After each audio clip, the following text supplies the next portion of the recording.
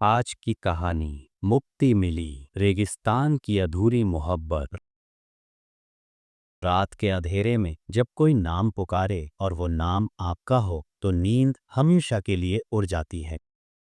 राजस्थान के थार रेगिस्तान के बीच बसा एक छोटा सा कस्बा था, खैरपुरा। दिन में ये जगह तपते सूरज की गर्मी से जलती थी, लेकिन रात होते ही यहाँ का सन्नाटा किसी अजीब राज की तरह उतर आता था। लोग कहते थे कि यहाँ की हवाओं में कोई पुरानी दास्तान छुपी हुई है। उस कस्बे की नई पोस्टमास्टर थी मीरा, तेज तर्रार, पढ़ी लिखी और थोड़ी जिद्दी लड़की। वो बड़े शहर से यहाँ आई थी और गांव वालों की कहानियों को अंधविश्वास मानती थी। पहली रात जब वो अपने छोटे से क्वार्टर में किताब पढ़ रही थी, तभी बाहर से एक धीमी आवाज आई, मीरा, मेरा। वो चौंक कर उठी, खिड़की से झांका, पर वहां सिर्फ रेगिस्तान की सुनसान रेत थी। हवा इतनी धीमी बह रही थी कि उसकी सांसों की आवाज ज्यादा गूंज रही थी। शायद भ्रम होगा। उसने खुद से कहा और लाइट बुझाकर सोने की कोशिश की। अगली सुबह गांव के सरपंच से उसकी मुलाकात हुई। सरपंच बोला, बिटिया, रात को बाहर मत निकलना। यहाँ हवाओं में नाम पुकारने वाली रूह रहती है। मीरा हंस पड़ी। सरपंच जी, ये सब कहानियां बच्चों को डराने के काम आती हैं। मैं भूत प्रेत तो यकीन नहीं करती। सरपंच ने गंभीर स्वर में कहा, ना मानो तो अच्छा है, पर अगर कभी तुम्हारा नाम पुकारा जाए तो जवाब मत देना। मीरा ने हंसते हुए सिर हिला दिया, पर उसके मन में हल्की सी बेचैनी जरूर घर कर गई। तीसरी रात सबसे अजीब थी। डाकखाने में देर तक फाइलें देखने के बाद जब मीरा बाहर निकली तो आसमान पर पूरा चांद था। रेगिस्तान चांदी की तरह चमक रहा था। अचानक वही आवाज फिर सुनाई दी। मीरा, सुनो।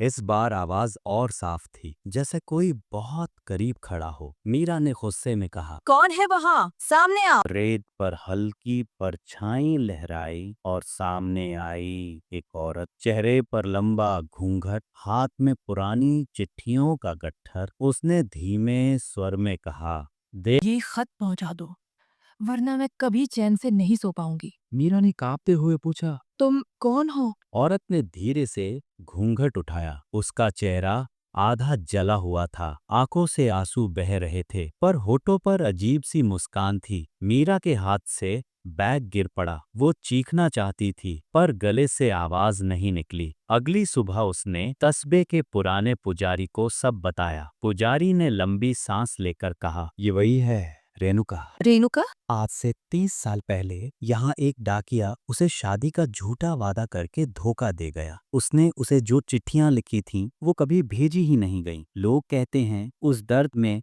रेणुका ने आग लगा ली थी। तब से उसकी आत्मा भटक रही है। मीरा की आंखों में अब डर से ज्यादा करुणा थी। उसने निश्चय किया कि उन चिट्ठियों का सच ढूंढेगी। कई दिनों की खोजबीन के बाद उसे डाकखाने के तहखाने में एक पुराना लोहे का संदूक मिला। उसमें वही चिट्ठियां थीं जो रेणुका ने अपने प्रेमी को लिखी थीं, अधूरी, आंसुओं से भीगी हुई, पर बेहद सच्ची। मीरा ने तय किया कि इन चिट्ठियों को अब पहुंचाना होगा। उसने पुराने रिकॉर्ड से पता लगाया कि वो प्रेमी अब बूढ़ा होकर पास के शहर में रहता है। वो सारी चिट्ठियां लेकर उसके दरवाजे पर पहुंची। बूढ़ा आदमी कांपते हाथों से लिफाफे खोलता गया और हर पंक्ति पढ़ते ही उसकी आंखों से आंसू गिरते गए। वो फूट फूट कर बोला, काश मुझे ये चिट्ठियां तब मिलती तो रेणुका आज जिंदा होती। उसी रात मीरा ने सपना देखा। वही औरत रेणुका अब हंस रही थी, चेहरे पर शांति थी। उसने कहा, धन्यवाद मीरा, अब मैं मुक्त हूँ। अगली सुबह जब मीरा उठी तो उसके कमरे में चिट्ठियों का वो गट्ठर नहीं था, बस खिड़की पर रेत में उकेरे हुए 2 शब्द लिखे थे, मुक्ति मिली। और